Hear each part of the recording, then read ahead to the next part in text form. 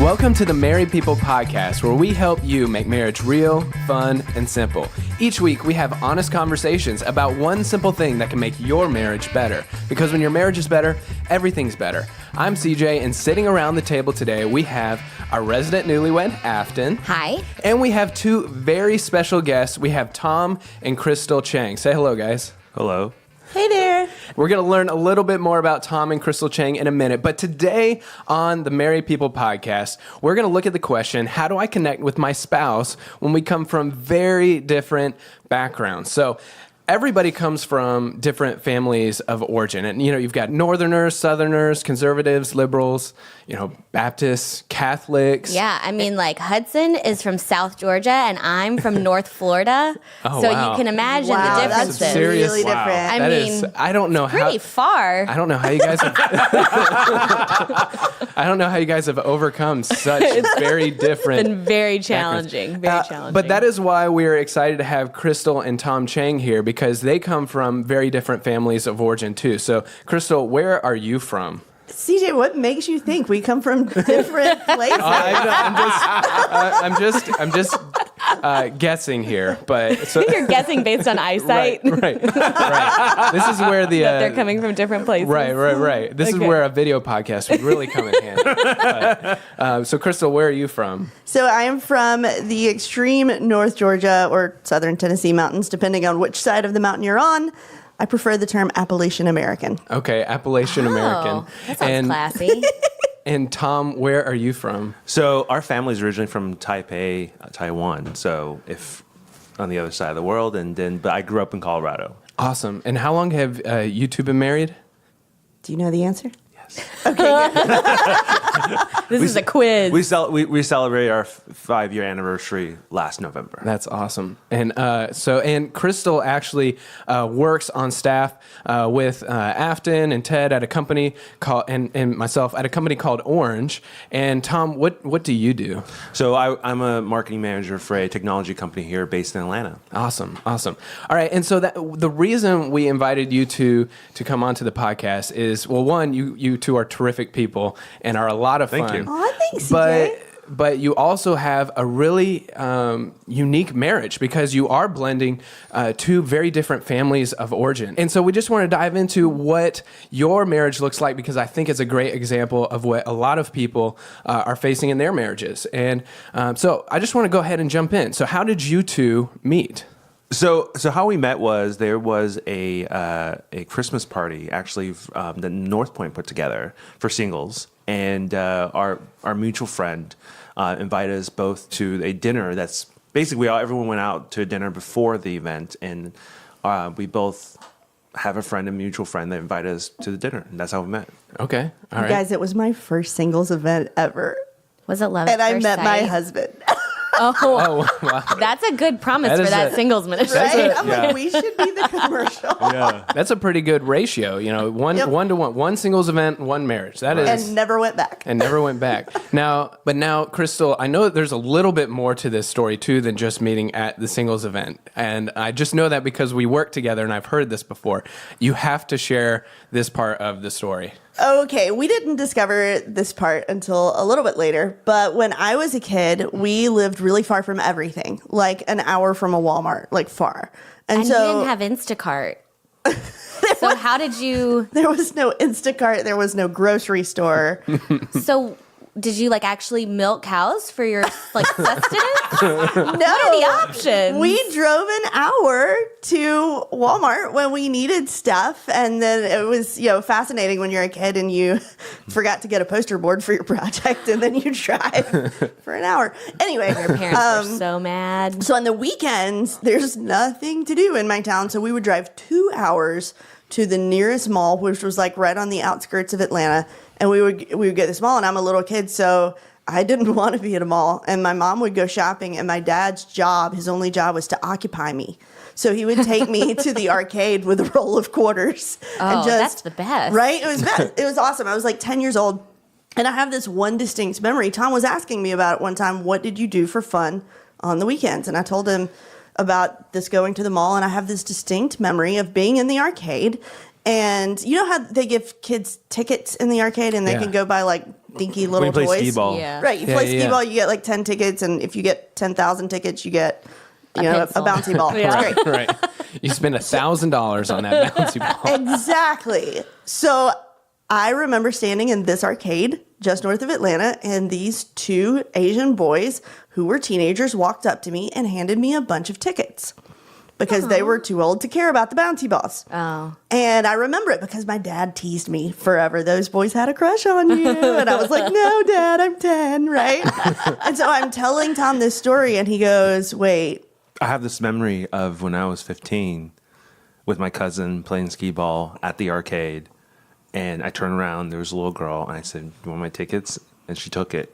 And that was... And it That's was, not real. no, it's real. and at the time, called he my lived cousin. in Marietta, which is just north of Atlanta, and What it was are the you same talking mall. about? How long did it take for you guys to put that together? We were already married, so we're like, what is going on? So I called my dad, and I'm like, Dad, did I make this up? I have this memory. And Dad goes, yeah, there was like these two Chinese kids, right? They were like I don't know, like 15, and they gave you these tickets, and I teased you, and I'm like, yeah, that was Tom. Yeah, and then we What called in my the cousin, world? and we called my cousin, and he confirmed the same story. And we even took it one step further. We actually went to the arcade's long gone, but then Yeah, right yeah. now it's like a hat shop in town center. So we went there, and we didn't say anything to each other. We walked into the store, and I said, "I remember I stood right here, and I turned around, you were standing right here, and I handed you the ticket." She said, That's my memory, too. That's her memory." That is just the craziest Magical. thing. And then Talk 20 about years magic. later. Yeah, married. 20 years later, we met again. That's amazing. So when you guys met at the singles event, so what did you talk about right off the bat? Do you remember? What did we talk about right off the bat? You gave me your coat because we were in a parking garage leaving that dinner, and you That's walked right. up to me because I was like so cold and handed me your coat and introduced yourself, and I was like, whoa, he's cute and nice. This story just keeps getting cuter. All right. So I want to dive in, though, just a little bit deeper here. So I guess kind of just going chronologically, because that's kind of where we are right now. So as you first started dating, did you run into, Tom, Crystal, into any unexpected challenges based on your backgrounds and families of origin? Was that something you encountered right away? I didn't think so. I think we got along. I mean, our personality just clicked, and we liked the same things. But I think what started all the cultural things is as we develop our relationship and we start involving our family and friends, and also start involving like holidays and things like that. That's when we start discovering, wow, there's a lot of differences here. And also, what was interesting is, even though I'm originally from Taiwan, I'm almost another sort of subset of Asian Americans in that, I grew up in this culture, American culture. Yeah, so yeah. I sort of almost took American culture, like Thanksgiving, Christmas, all that, and sort of Yeah. made it our own versus someone who's just a recent immigrant. So that's my experience is even a little bit Yeah. more different than that. But to answer your question, when we're dating, we got along great. It's just that when we start involving family and friends and holidays, that's when we start seeing the differences. I remember one of those times, and I don't know if it's an Asian American question or if it's a you're from a city and I'm from a small town, which is a whole different Yeah. issue of culture. But when you grow up in a small town and everyone knows everybody and you start dating someone, you meet their family quickly because you already know their family. Yeah, And I remember so this. it's just an expectation. If you've been on a few dates with somebody, they're going to hang out with mom and dad. And in Tom's family's culture, and probably a lot of America's culture, that doesn't happen. And Right. you don't introduce the family until you're really, really serious and maybe even about to get married. Wow. And so my family for months and months and months was like, what's wrong? And they started asking, not just my parents, but uncles were calling saying, are you embarrassed by us? And they were really hurt that they hadn't met Tom yet. And yet, for And us, I was thinking like I was showing her kind of honor and respect that I don't want to introduce you to my parents until we're further along and we're sort of really reach a certain point in my mind of our relationship. Wow. So yeah. So what was it like when you actually did meet each other's parents and Crystal met your parents, Tom? Yeah, let me take a step back. It's really funny because we actually spend days thinking about what is like a neutral place to meet, something where both sides are comfortable, And that's something unique right off the bat. Like Correct. that's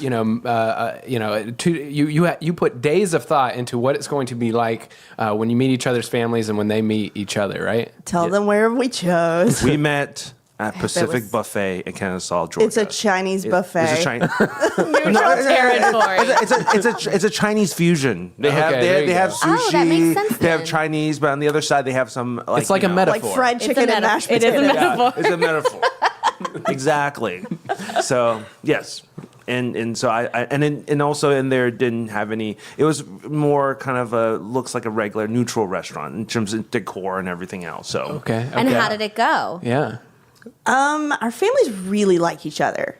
So that went really well. Like they started as friends and they have been friends a long time. I would say that sometimes that's due to they don't always understand each That's other's right. accents on either side. yeah, they probably get like 50% what each They're other is never saying. offended by what the other's saying, But which they- is really nice. Yeah. Yeah. I mean, a lot of times and many times I remember my dad would like tap me on my shoulder and say, "What did they just say?" and then same thing for your dad, Yeah. and because they do love each other and then love respect to each other, and they really took the time to learn about each other, and even it's you could tell from that initial meeting. So yeah. Okay, but can we talk about what happened when our extended families met? Oh yes, absolutely. So eventually you need to meet like aunts and uncles and cousins, right? And so being from the American South, occasionally things come out of people's mouths that maybe are offensive to other cultures. And so I prepped Yes. everybody like, I have no idea what you're talking you about. don't say those things. And so I think everybody was probably a little bit nervous. And so Tom went around and met everybody, steals everybody's hearts. But I had this one extended family member who we won't even talk about who they were, but they froze up and they got nervous. And so Tom says, "Hi, I'm Tom." And the response was, "Hi, I love orange chicken." That's a real thing that happened. No, and I mean, I like orange chicken too. Probably wouldn't have been my go-to response. right. But What'd you I say? said I love orange chicken too. I'm glad you enjoyed it. And you are, and in that moment, you had something in common. Yes. That's right. That's what's right. really important, And then, finding the common ground. And if I'm ever responsible for doing takeout, I'd know what she wants. That's amazing. Yes. So when your families did meet, what do you think caused them to get along so well? Is it just everybody's nice people, or was there something else to it?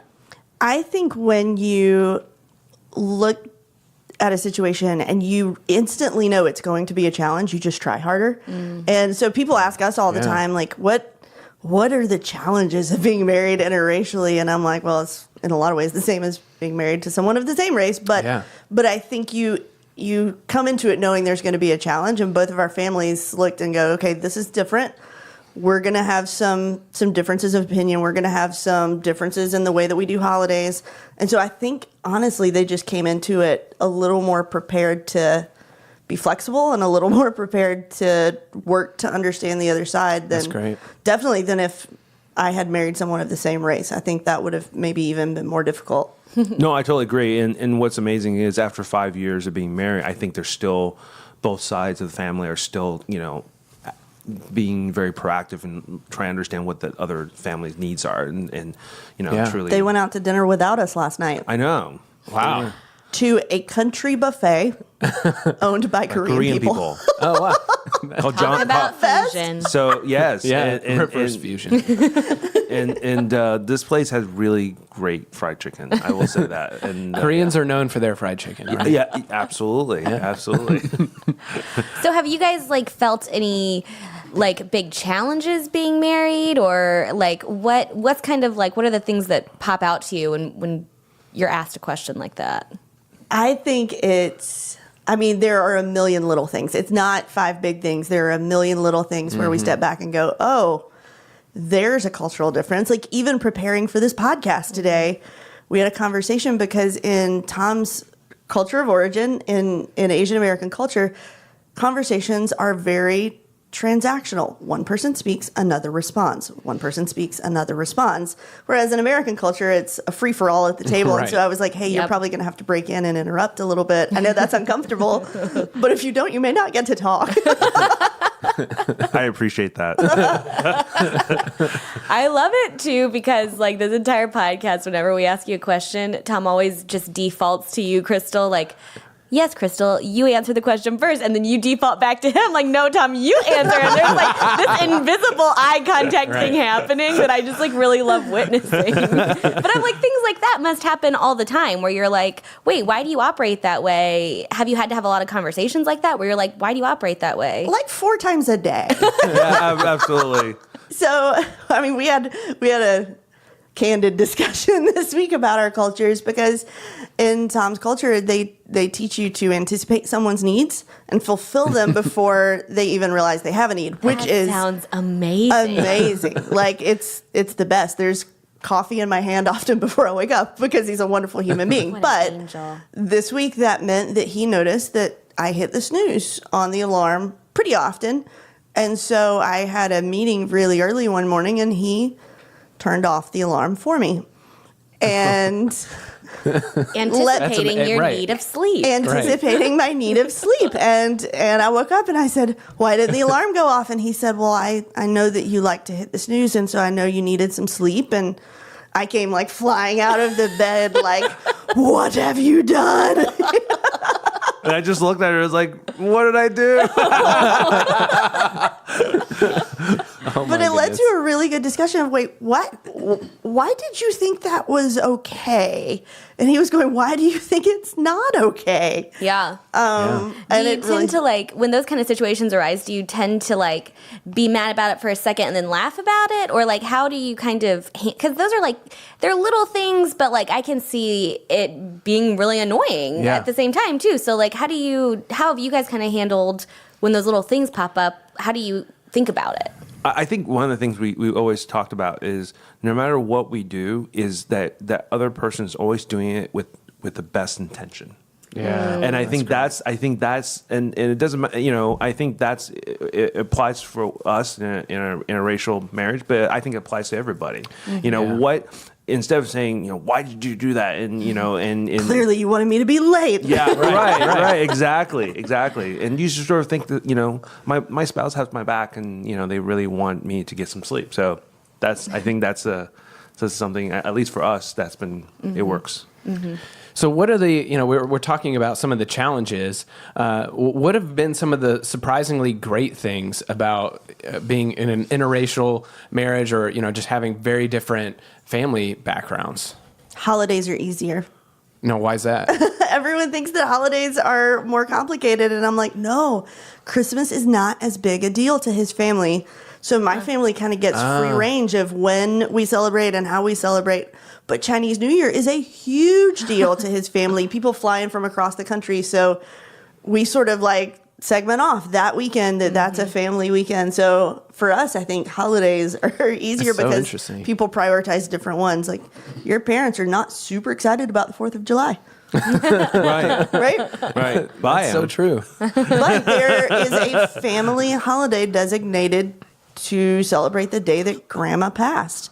And everybody flies in for that. And that's a big deal. That's a holiday. And so Interesting. we just celebrate at Right. different times. That's easier. Yeah, no, absolutely, and I think what's funny is that every year we have the traditional Greek calendar, and we also have the lunar calendar. And the funny thing about lunar calendar, it changes every year. So Chinese New Year could be in February one year and then January the next. So it's hilarious. And my father's birthday could change also based on the lunar calendar. Which means I never know what So it is. that's so we put you're our good iPhone spouse. like remind me next year that this is his birthday, and then my mom calls me. I was like, You missed his birthday. you missed his birthday. I was like, I didn't know. So That's amazing. yeah, but no, I think in holidays, I think one thing. Give props to my parents and her parents is in that they always be all these years they've been very respectful in terms of, hey, make sure you spend some time with the other side, not just spend all your time with me and budget your time. And so it's been very nice. I mean, You bring up such a good point. I think the real benefit for us has not been us fighting for our individual families, but our parents fighting for our marriage for us. Wow. I mean, constantly our parents are asking us to look out for the other side of the family, to call the other side. His mom reminds me to call my mom. And I'm like, that's so cool. That's Yeah. such a thing that we're blessed with that I know is not common at all. Yeah. And also, I think during the holiday season, one thing that we encounter is that, as a married couple, we're starting to build our own family traditions. Yeah. Even though that we grew up with certain traditions, and also what's complicated is the cultural expectation along with Yeah. that, right? But now we've sort of built our own, and I have to say that our family and parents have been very respectful of that. Hey, it's great that we have this thing, cultural holiday or something that we're doing at the house. You guys, it's optional. You guys come, and so they've been very respectful of that. So how do you decide which ones to adopt from your family, and how do you decide which ones you're going to embrace in your marriage in family with Crystal? Because Right. I think that's something a lot of people face too, is how much do I inherit from my parents and, instill in my family? I think for me is I think for us that's been great is two things. One is clear communication, so everybody like both sides of the family are clear and understanding what's going on, and we sort of talk through it months ahead of time. So we'll say, for example, we understand that certain holidays is not non-negotiable, but basically everyone says it's more important than others. So for example, Chinese New Year is very important for my family, and then Christmas and Thanksgiving is probably more important for yours. So we prioritize and say, okay, this is the top of your list. So some other smaller holidays, I'm sorry, we won't be there. So and as long as that expectation is set and there's clear communication with everybody, I think both sides of everyone, they're not surprised, not hurt, and they, and I always have this really funny line to my parents and your parents is like, if I'm going to disappoint you, I'll tell you in advance. So, But I think that's a good question you're asking is how do we decide which traditions we bring with us? Yeah. I wish it was we just pick the ones we like and get rid of the ones we don't. Yeah. But that involves so many more people than just the two of us. And so a lot of times we're asking our families, what is it you want us to pass down? If it really, really matters to you that we pass down this tradition of having, grandma who passed on her picture on a table at the entrance of our house, we need to know that because that will work towards honoring the traditions that you eventually want your grandchildren to celebrate and that sort of thing. It's more than just the two of us decision. absolutely. We've also learned we get more freedom when we host things. So yeah. we host all the holiday parties because then we get to pick when it is and how it happens. We don't have to drive. We don't have to, do a lot of prep. That's awesome. I'm going to be honest. It sounds like you guys just got like really lucky with like the in-law jackpot. I mean, both of our parents, mine and Hudson's, are both white, and we're not even as in sync as what it sounds like you guys are. So, I mean, do you guys have any advice for people that maybe their parents aren't quite as involved or invested or kind or forgiving, or it's just a little bit of a more difficult situation, I mean, our parents are awesome, but we've had some moments. And I think, Yes, good. Tell us yes, them. yes. So, one of the things that I struggled with a lot at the beginning was being given unsolicited advice. And so, I actually asked a friend who grew up in Asia, who is from an American family, who's sort of been in both worlds, like, I'm about to lose my mind. What is going on? And she said, oh, you need to understand the motivations are different. That Western culture, your chief motivation is independence. And so you show love to your grown children by allowing them to be independent, by stepping back and saying, I believe you're fine on your own. I'll only give advice when you ask for it, So which is true. exactly what my parents do. And I'm like, the right way. right, yeah. But then shame is a huge motivator in Asian culture. And so to help you prevent shame, a love language is giving advice. And so one way to show affection is giving advice. So every time his mom tells me like what I should be doing in my skincare routine, she's actually she's truly trying to connect with me and truly being affectionate. It took me a while to get over that. Like it took me a while to figure out, oh, you're being kind to me. You're not saying I think you're an idiot. Right. Which was helpful. And I think it's helpful, I mean, even if we were in the same race relationship, Yeah. to look for the motivation, not just what are you doing that's driving me nuts, but what is your motivation for doing that? Because you probably didn't get up today and say, I want to make you crazy. And so what's funny is after all these years, my family and my parents, they'll say, here's my 2 cents, but this is my 2 cents. This is my recommendation. You could do whatever you want. And your dad says, I'll say this the American way. What does that mean? It means it's just my 2 cents. You don't have to take it. Like, that's an American way of saying it.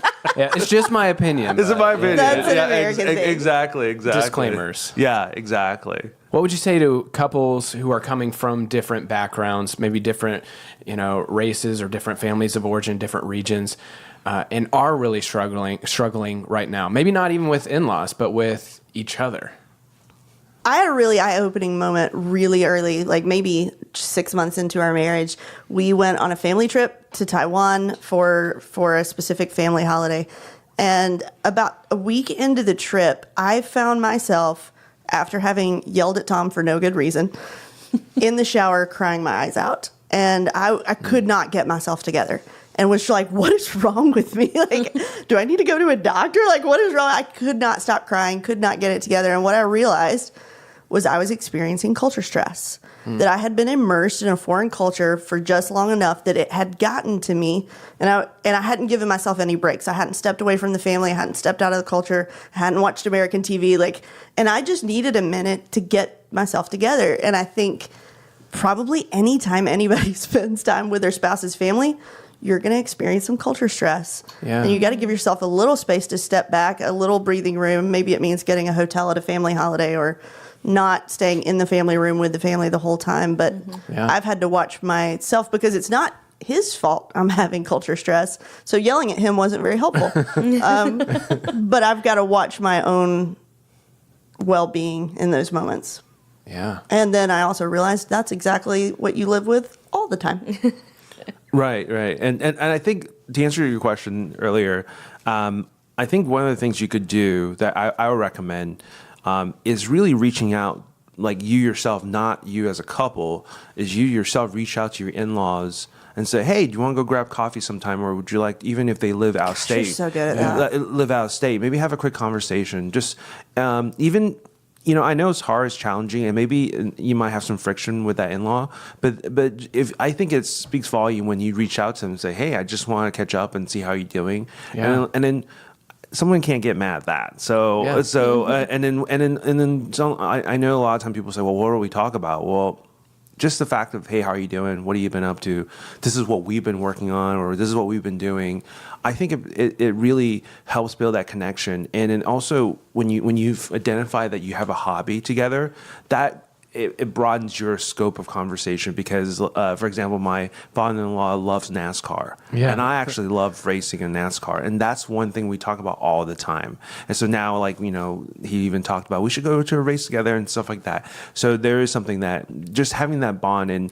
But I think the number one thing is being proactive in reaching out. I think because everyone thinks that if they want something, they'll just call me, or they should understand, they should understand how I react to things or how my preferences things. But once you talk to somebody, I think what you'll find is they'll start calling you and say, hey, we want to go, we're thinking about taking a vacation. Would you guys like to come? Or we're thinking about going on vacation.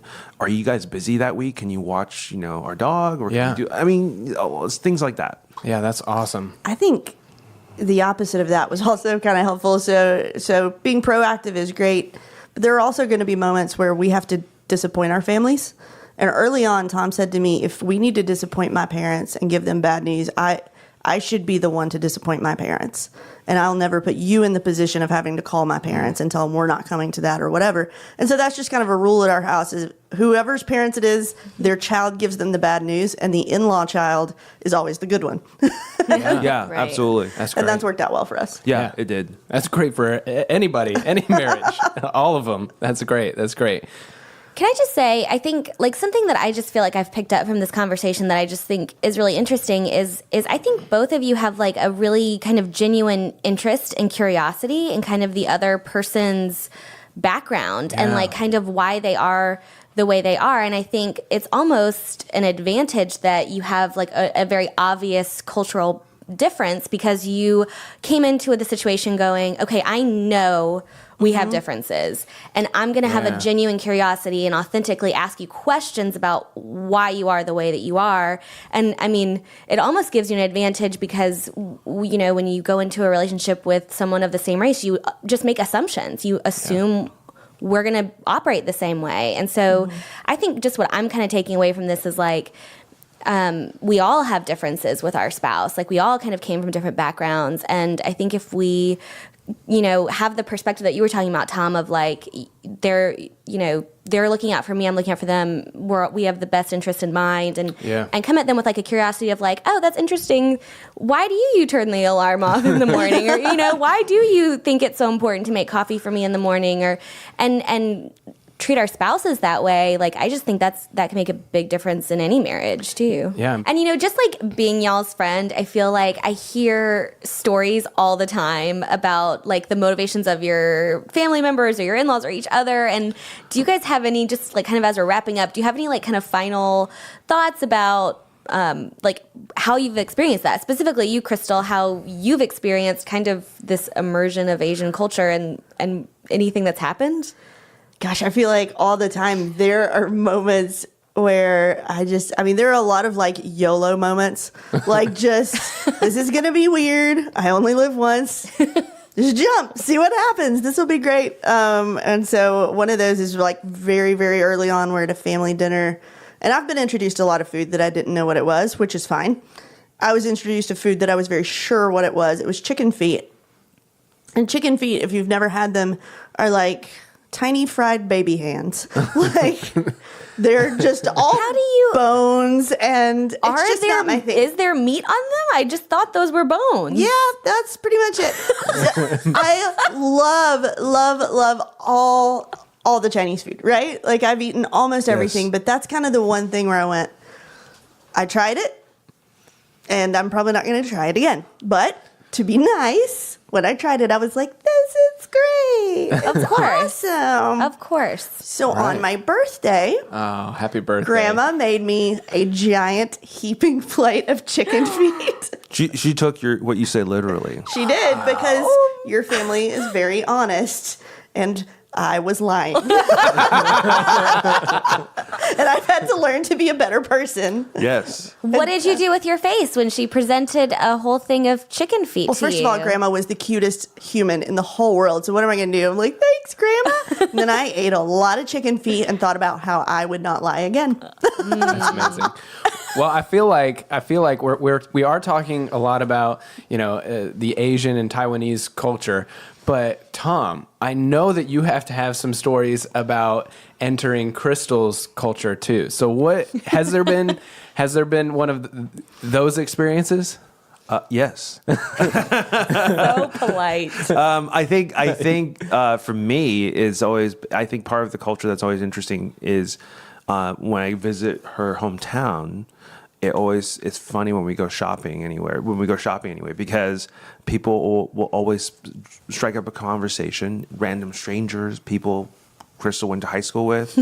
And then a simple trip to buy and pick up a few things would probably be an hour, because people will recognize Crystal. And then that was very foreign for me, because I grew up, you know, in a more of a urban city environment, and nobody knew me. And so that was very interesting. It was different for me. And also just the amount of care and understanding that the community had for you. And even for someone who left a long time ago, they'll ask you how you're doing, how's your family doing. That was very foreign for me. And yeah. Oh, babe, that's so nice. You said really nice things about my culture, but I also know there have been moments where it was challenging for you. It was challenging for me to watch some things that had happened. Like I know when we first visited my hometown, you are 100% of the Chinese population there. It's a really homogenous community, and so people started staring, and people would actually stop their conversations and turn around and look at us when we walked in. And pretty soon, people knew who you were, and so you would be alone, and people would say, "Oh, you're Crystal's husband," because we know who you are. Right. But then we would go into a neighboring small town where people didn't know us, and I remember once being in a grocery store. You remember this? And everyone in the store stopped their conversation, stopped talking, and turned around and looked. And I was like, oh. And I just wave. You must feel like a real celebrity. Right, yes. In a very positive way. Wow. And then, do you remember meeting the Greek family for the first time? There's a Greek family in my hometown that owns a restaurant. And Tom and his family walked in. They were visiting my parents. And the Greek family ran and hugged them like, we've been waiting for you. You're finally here. Absolutely. The one we've been waiting for. Yes. Well, that was great. Thank you both for being transparent and for sharing. And before we wrap up, though, we always like to leave couples with one simple thing, one simple takeaway. And so I just want to ask you two, is there one simple thing or one simple takeaway that you think couples can learn from this conversation? I think for me is always think about the best about your spouse, meaning no matter what they do, whether things you disagree with or things that makes you upset, know that they're doing it in your best interest. Yeah, that's great. And I would say people ask us all the time, what are the challenges of being interracially married? And really, I would say we're at an advantage, not a disadvantage, because we look at each other and we see we're from different cultures. There's always a visual reminder that the argument we're having is not because you're doing it the wrong way and I'm doing it the right way. It's that you're doing it your culture's way and I'm doing it mine. But the truth is, every family has a culture.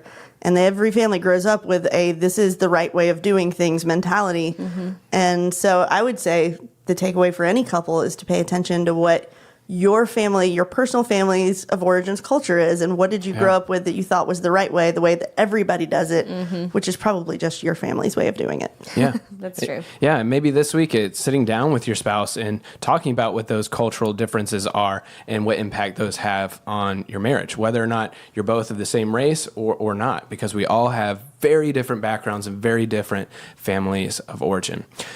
Well, Crystal, Tom, thank you both for joining us for this conversation. This has been a lot of fun. And as we wrap, I'd love for you to share if you have any resources you'd recommend and where people can connect with you on social media. Oh, guys, thanks for letting us sit around your table today. It was It's a lot of so fun. It was fun. There was one book that I read years ago that I thought, I don't know, it just gave me such a different perspective. I thought it was really helpful. It's called Foreign to Familiar by Sarah A. Lanier. It's on Amazon. It's like a tiny little book.